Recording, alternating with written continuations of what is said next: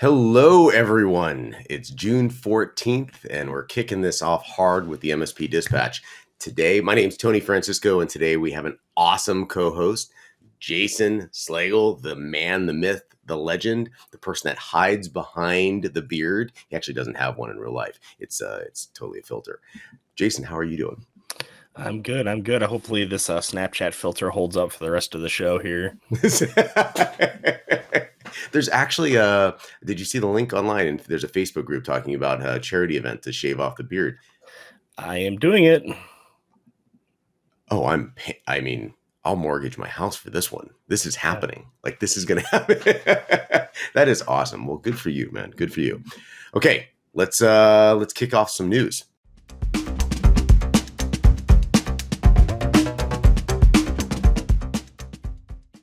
In channel E2E, ConnectWise has rebranded multiple products and services in their cybersecurity portfolio for the MSP market. The rebrand solution reinforces ConnectWise ambitions in the security market, where the MSP can drive down risk, accelerate automation, and improve profit margins. The rebranded solutions also phase out acquired companies, Perch Security and Stratazen Business brands. In their new rebranding portfolio, everything seems to start off with a ConnectWise theme. I don't know if you're going to notice. We have ConnectWise Cybersecurity Management, which describes all the overall portfolio, previously known as ConnectWise Fortify, ConnectWise SaaS Security, which is formerly Fortify SaaS, ConnectWise Risk Management, ConnectWise Endpoint Policy, ConnectWise MDR, leveraging the SentinelOne and Bitdefender, formerly Fortify Endpoints, and ConnectWise SEIM, formerly SIEM, only powered by Perch, and ConnectWise co-managed SIEM, formerly co-managed SIEM powered by Stratazen and network threat detection by Perch. And the list goes on and on. Jason, so many questions for you here. Is this simply a rebrand where they're consolidating everything under a single umbrella, kind of like the Las Vegas hotel where they don't want you to leave, everything's in there? Just a very simple rebrand, or is it something deeper where they don't want you to leave their ecosystem? What are your thoughts? I think there's probably a mix of it. I do think they were incentivized to get rid of some of the brands that they've acquired and kind of bring them under the umbrella. You know, they've done that all along. Although, you know, those of us that have been here a while will always call it Perch. We will always call it LabTech, right? And those Perch shirts are going to become more valuable now because they're going to be gone. I do question some of the names they chose. If it was me and I was in charge of that, I probably would have left Fortify and all of those names just to try to help with some search engine optimization. We seem to have this trend where vendors are naming things brand verb. It makes Googling them relatively difficult from time to time. Well, maybe there's a cross-pollination there where the brand is the verb. I'm going to Google something. Do you have a Kleenex? Well, it's a tissue, and the manufacturer is Kleenex. And when the brand and the verb becomes ubiquitous to an action, that's a huge positive. So maybe that's what they're pushing for.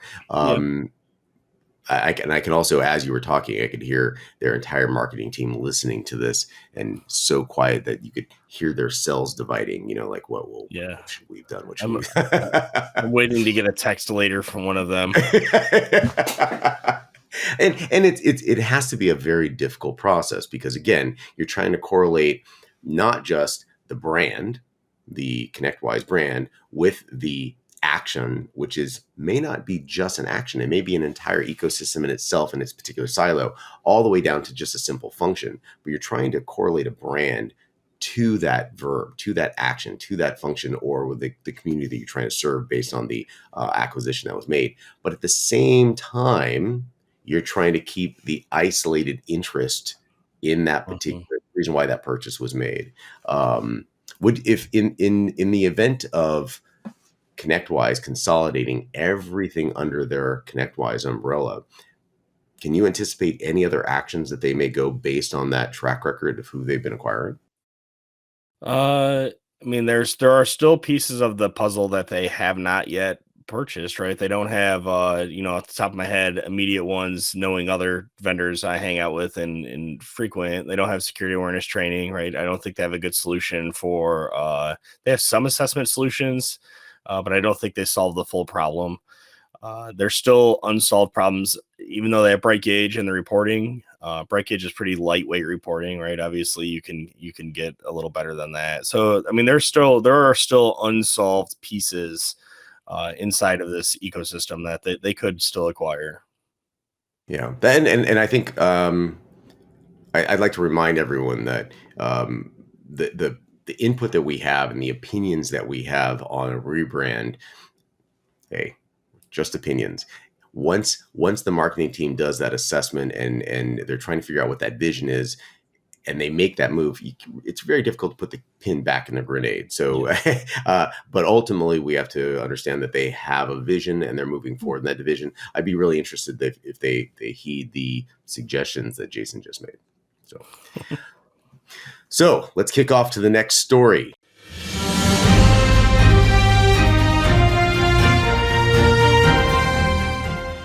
Kaiser Permanente had a breach.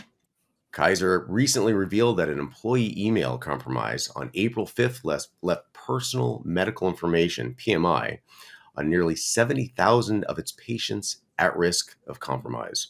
Although Kaiser said that the attacker had access for only a couple of hours, there's no evidence that the sensitive data was breached. Patient information included first name, last name, medical records, dates of service, and lab test results were involved in this. The company said in a notice that went out public, which of course is going to affect the corporation as a whole. This is something that is going to involve a lot of discussion between Jason and I. Jason, HIPAA, GLBA, Sarbanes-Oxley, SEC, all the compliance that's been pushed so hard for the last, realistically, 12 years. Yeah. Is that having an impact? Because all we talk about here at the MSP Dispatch are security breaches, vulnerabilities, exploitations. Here's the impact. Ransomware has been shooting up drastically, so much that last week we just talked about ransomware attackers are now attacking each other, which begs the question, are you running out of customers? Are you getting bored? Is there a political driver behind that? There's so many questions I have about this, but Kaiser is a huge, huge player in the medical industry.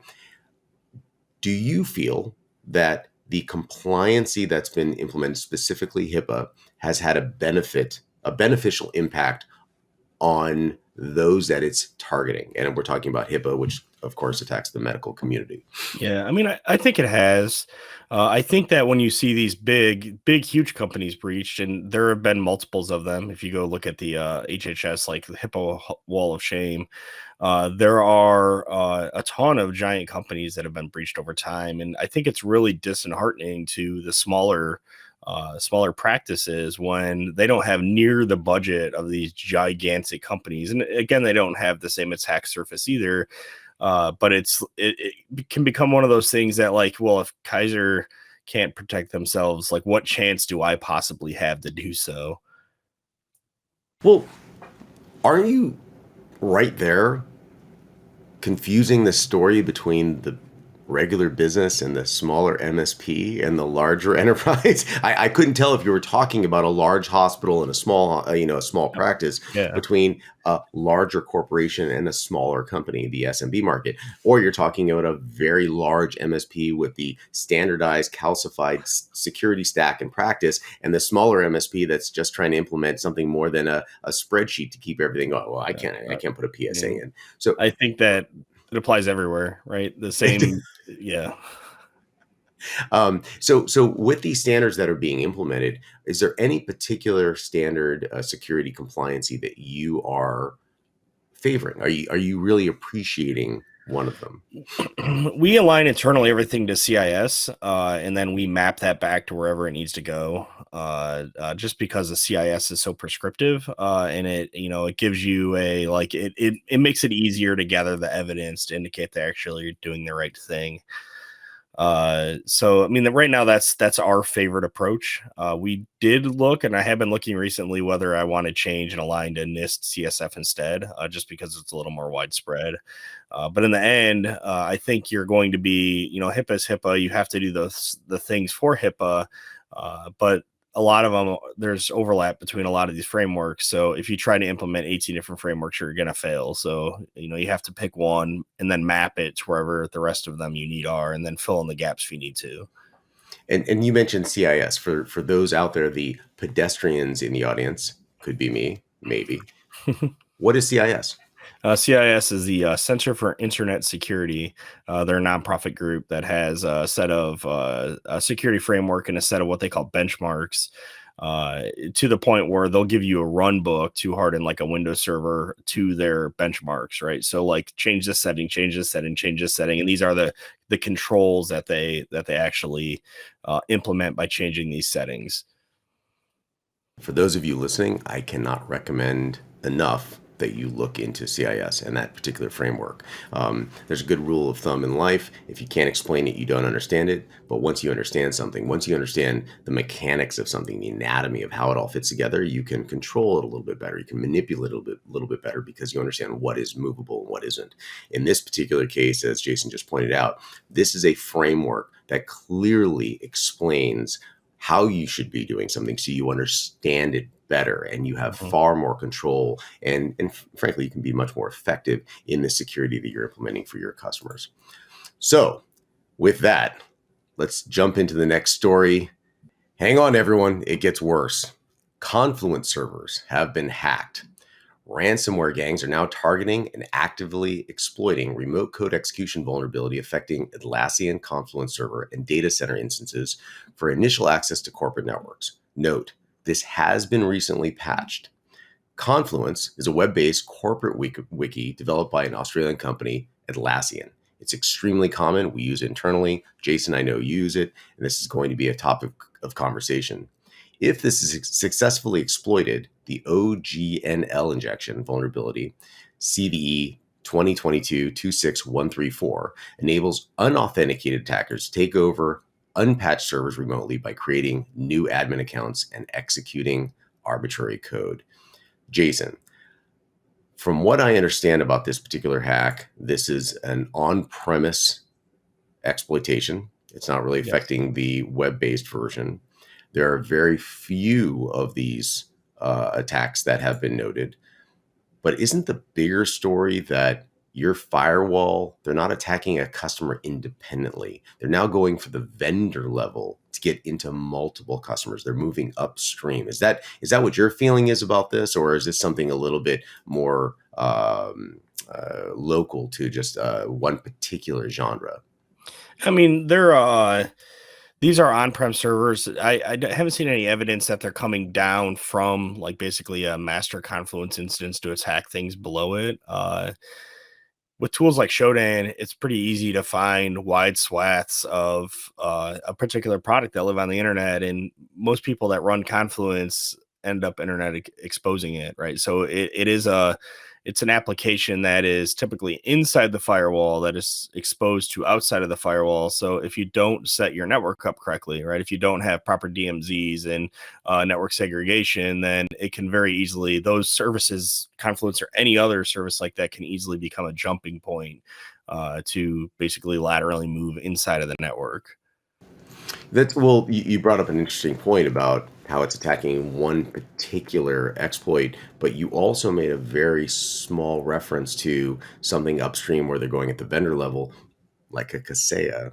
That exploitation had a huge impact on the MSP community. Yep. Do you anticipate this to be more of a corporate attack? Because this is very much in the Atlassian group, which is very clearly into the MSP developer level audience, which is less of a financial medical hack. This is more on the back end, on the technology that's consumed day to day by people that aren't really in the security realm. They're focused on what their job is, and the people that are locking these down aren't worried about the implementation of something. This is coming straight from the vendor, just like the Kaseya hacks and all the other hacks that were. In this particular case, because it's an on-premise deployment, is this something that maybe is pushing everyone towards a cloud execution, like a cloud consumption? Yeah, maybe. I've been since we started discussing this story before we came on. Been having that internal debate in my head as to whether or not I think that cloud, because we run Confluence Cloud, we don't run on prem. I used to run on prem for many years. I ran on prem Confluence, but at CWR, I made the decision to go cloud based.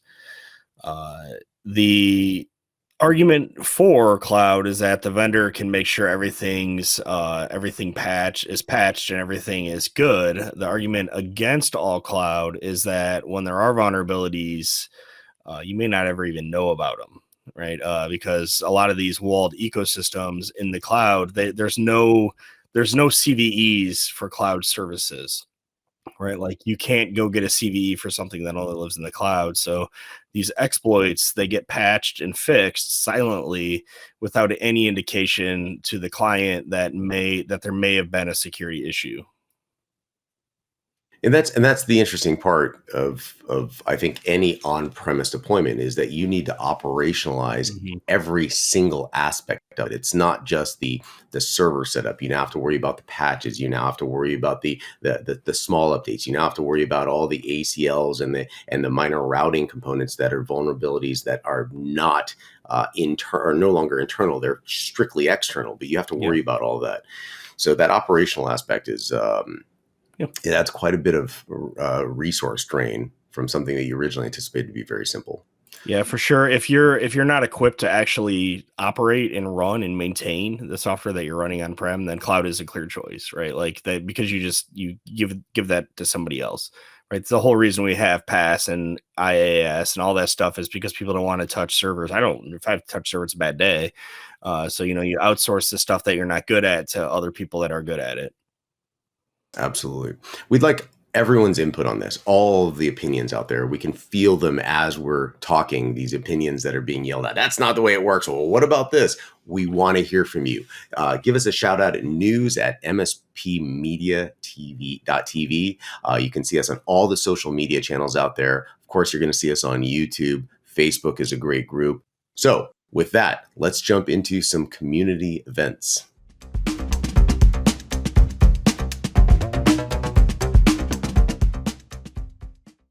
So on 6/14, we have Tradecraft Tuesday presented by Huntress.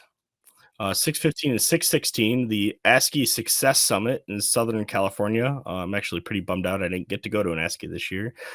6/15 in noon, we have the NSITSP Vendor Partner Program Introduction Call, where they're introducing their partner program to bring partners into the fold. 6/16 at 11 a.m. What the Swag presented by Channel Program. I'm super excited for that one. I love me some good swag. And Matt did a thing about swag a couple weeks back. And so this time they're going to talk about what makes good swag. And then 6/17, we have the MSP Dispatch Week Wrap Up presented by MSP Media Network. So with that, we're going to wrap up today, June 14th. The MSP Dispatch Show. For everyone out there, please, please, please reach out to us. news@mspmedia.tv. What a great show. Great having you on as always, Jason. Thank you so much. Any final words from you, Jason? No, just glad to be here. I'll see you guys next time, I'm sure. Always a pleasure. With that, everyone take care. Be safe out there. This has been a broadcast of the MSP Media Network.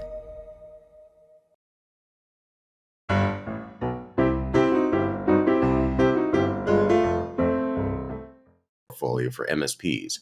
The rebrand solution reinforces ConnectWise lofty ambitions to in the cybersecurity market, where the MSPs are seeking to drive down risk. Man, I really hosed that whole thing from the beginning. We got to do a retake. I'm so sorry. I'm still thinking about how I'm going to pay for mortgaging the house to see his beard being shaved off. Okay. Kaiser Permanente. There was a breach, exposed 7,000 patient. I completely hosed that one too. My own notes. I have misspelling on my own notes. How do my own notes have misspellings that I mess up? Okay, ready? Okay. Confluence is a web-based corporate wiki developed by an Australian company, Atlassian. It's commonly used. We use it internally. Jason, I know you use it internally. In this particular exploit, if it is, God, I'm hosing my whole notes. This is the one that I deleted. I'm sorry. We're gonna have to do one more retake. I'm so sorry. Let me delete some of my